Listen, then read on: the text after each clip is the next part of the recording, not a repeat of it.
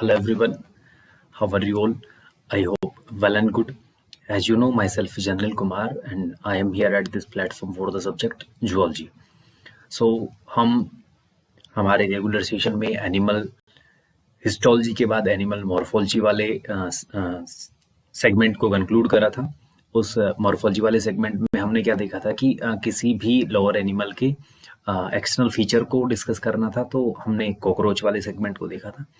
तो उसके बाद जो है आज हमारा जो सेगमेंट है उसी चैप्टर से रिलेटेड, जो हमारा एनिमल हिस्टोलॉजी एंड मॉर्फोलॉजी वाला जो चैप्टर है उसी यूनिट का हमारा समरी वाला सेगमेंट आता है। ठीक है, समरी का मतलब है कि उस चैप्टर का जो चैप्टर हमने अभी रिसेंटली पढ़ा है या कंप्लीट करा है, उस चैप्टर के मेन जो भी पॉइंट्स हैं, ठीक है, जो कि क्विक रिवीजन में हमें हेल्प कर सकते हैं, ठीक है, उनको डिस्कस करना है। तो समरी का मतलब सबसे सिंपल सा मतलब बनता है कि क्विक रिवीजन।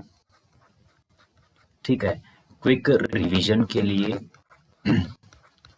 समरी वाला सेगमेंट डिजाइन होता है। ठीक है, सो हर एक चैप्टर के समरी वाले सेगमेंट को भी हमें देखना है। और हमने एनसीईआरटी को कैसे पढ़ना है, इस वाले स्पेशल स्ट्रेटजी वाले सेशन में हमने देखा था कि समरी वाला जो सेगमेंट होता है वो बहुत ज्यादा इंपॉर्टेंट होता है, बिकॉज कुछ पॉइंट्स ऐसे हैं जो कि मेन चैप्टर में डिस्क्राइब्ड नहीं है, वो ब्रीफली हमारे समरी वाले सेगमेंट में गिवन होते हैं या फिर डिस्क्राइब्ड होते हैं। So we have to go through the summary segment also just after the completion of the each and every topic. ठीक है, सो हर एक चैप्टर को जैसे ही कंप्लीट होता है, उस चैप्टर के कंप्लीशन के बाद हमें समरी वाला सेगमेंट भी देखना है, जिससे कि क्विक रिवीजन हो सके और कुछ एक पॉइंट्स जो कि मेन चैप्टर में गिवन नहीं है वो सारे के सारे पॉइंट्स क्लियर हो सके। So the summary segment contains some points like the cells, tissues, organs and organ systems split up the work in a way that ensures the survival of the body as a whole and exhibit division of labor। Simple सा मतलब ये है कि sales, tissues, organs और organ system एक साथ split out होकर एक साथ काम करके क्या करते हैं, बॉडी की सर्वाइबिलिटी को क्या करते हैं, इंश्योर करते हैं। ठीक है, और एक साथ काम करने को क्या करते हैं, प्रमोट करते हैं। और लेबर ऑफ डिवीजन या फिर बोल सकते हैं डिवीजन ऑफ लेबर को क्या करते हैं, एक्सिबिट करते हैं।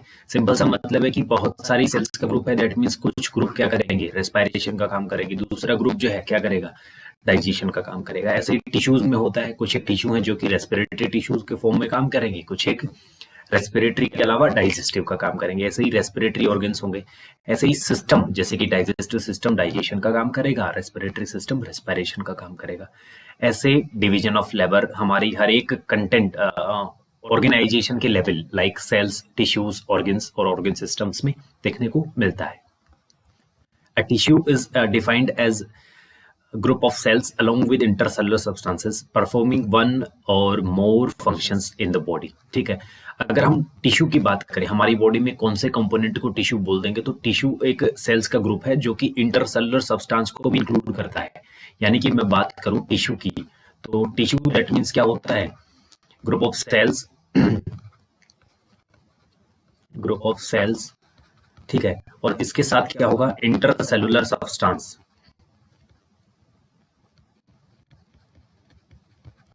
Intercellular substance. ठीक है, ये मिलकर बनाते हैं हमारा टिश्यू वाला segment.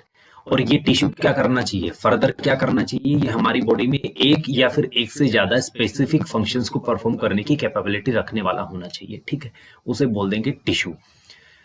Epithelia are sheet like tissues lining the body surfaces and its cavities. ठीक है, एपिथेलिया या फिर बोल सकते हैं एपिथेलियम टिश्यू या एपिथेलियल टिश्यू, जिसे हमने कवरिंग टिश्यू भी नाम दिया था, वो क्या कर सीट लाइक होता है इसकी अपीयरेंस। ठीक है, और ये बॉडी सरफेस और कैविटीज को लाइन करने का काम करता है, डक्ट और ट्यूब्स को भी लाइन करता है। एपिथेलिया है वन फ्री सरफेस, एक फ्री सरफेस रखता है। यू नो फ्री सरफेस का मतलब जैसे कि एपिथेलियल टिश्यू क्लियर है। ठीक है, तो ये एक सरफेस जो है इसकी फ्री सरफेस है। ठीक है, और दूसरी वाली सरफेस जो है वो किसी भी हमारी बॉडी की कैविटी या फिर बोल सकते हैं इनर एनवायरनमेंट के कांटेक्ट में होती है। ठीक है, फ्री सरफेस फेसिंग है बॉडी फ्लूइड और द आउटसाइड एनवायरनमेंट। या तो क्या होगी फ्री सरफेस, एक्सटर्नली होगी, जैसे कि स्किन वाले एपिथेलियम की बात करें, एपिडर्मल एपिथेलियम की बात करूं, तो यहाँ पर क्या होता है, एक्सटर्नल एनवायरनमेंट के कांटेक्ट में है। लेकिन अगर इनर कोई कैविटी है, जैसे कि ट्यूब को लाइन करने वाली कैविटी है, ये वाली कोई ट्यूब है, यहाँ पर एपिथेलियल टिश्यू लाइन कर रहा है, तो ये वाली कैविटी कहाँ है, बॉडी फ्लूइड या बॉडी कैविटी की एनवायरमेंट के कॉन्टेक्ट में है, ठीक है। The cells of the epithelial tissues are structurally and functionally connected at junctions, ठीक है। जंक्शंस इन्हें कनेक्ट करने का काम करते हैं, जिन्हें अपन सेल जंक्शन बोल देते हैं, ठीक है। नेक्स्ट आता है हमारे कनेक्टिव टिश्यू के बारे में। Diverse type of connective tissues bind together, support, strength and protect, ठीक है, and insulate other tissues in the body, ठीक है। इंसुलेशन जैसे कि हीट इंसुलेशन का काम करता है फैटी टिश्यू, ठीक है, या फिर इसे बोल सकते हैं अपन कनेक्टिव टिश्यू, ठीक है।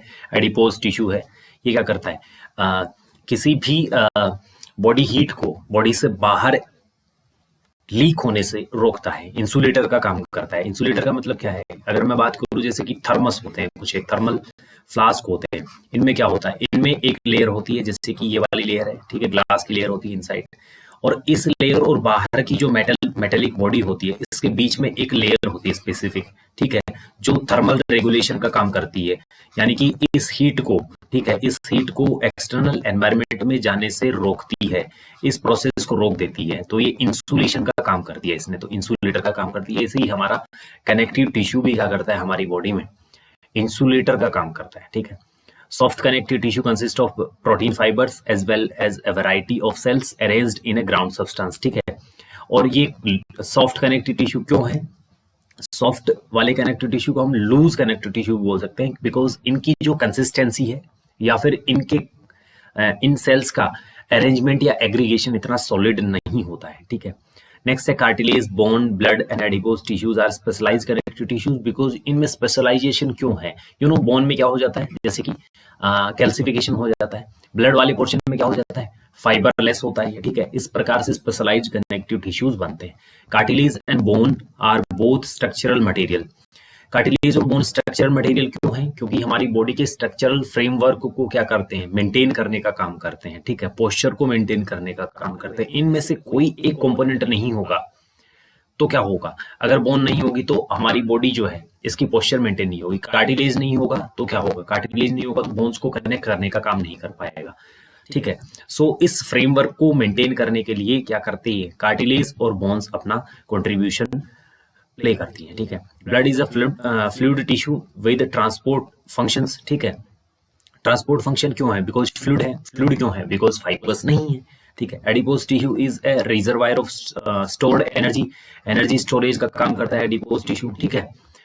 Muscle tissue which can contract या शॉर्टन, जो कि अपनी एक्चुअल स्टेज से छोटा हो सकता है या कॉन्ट्रैक्ट कर सकता है, is response in response to stimulation. कोई भी स्टिमुलेशन अगर मिलता है तो उसके रिस्पॉन्स में वो खुद को क्या कर सकता है, कॉन्ट्रैक्ट करा सकता है। Helps in movement of the body and specific body parts, ठीक है, हमारी बॉडी के जो भी मूवमेंट्स हैं उनमें हेल्प करता है। लोकोमोशन में हेल्प करता है, because movements are the activities inside our body, ठीक है। हमारी बॉडी में जो भी एक्टिविटीज है, लाइक मैं हाथ को मूव करा रहा हूँ, ठीक है, I am moving my hand और anything else, but if I change my location from the chair to another place, ठीक है, अगर प्लेस चेंज होता है that is known as the locomotion. So movement और लोकोमोशन में हेल्प करता है हमारा कॉन्ट्रैक्टाइल टिश्यू या फिर बोल सकते हैं मसल टिश्यू, ठीक है। Skeletal muscles is the muscle tissue attached to bones, जो बोन से अटैच्ड होता है। Smooth muscles is a component of the internal organs, ठीक है। Cardiac muscles make up of the contractile walls of the heart, ठीक है।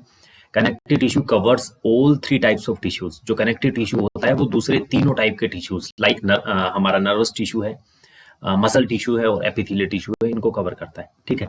Nervous tissue exert greatest control over the response of body, ठीक है, because ये regulatory tissue बोल सकते हैं इसको, या फिर सेंसरी टिश्यू भी हम इसको बोल देते हैं, बिकॉज ये क्या करता है, हमारी बॉडी के सारे जो रेगुलेटरी सिस्टम होते हैं इनको कंट्रोल करने का काम करता है।